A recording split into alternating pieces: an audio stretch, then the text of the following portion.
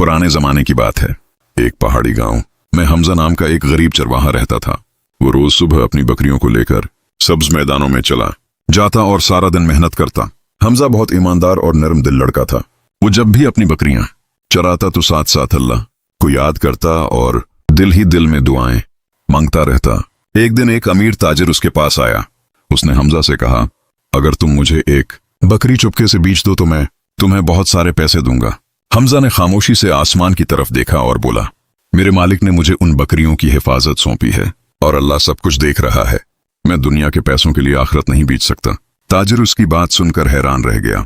उसकी आंखों में आंसू आ गए और उसने कहा, आज तुमने मुझे सच्चाई और ईमान का असल मतलब सिखा दिया है। इस दिन के बाद हमजा की ईमानदारी की खबर पूरे इलाके में फैल गई और लोग उसकी इज्जत करने लगे। जो शख्स तन्हाई में भी सच्चाई का साथ देता है, अल्लाह उसे लोगों के दिलों में इज्जत दे देता है।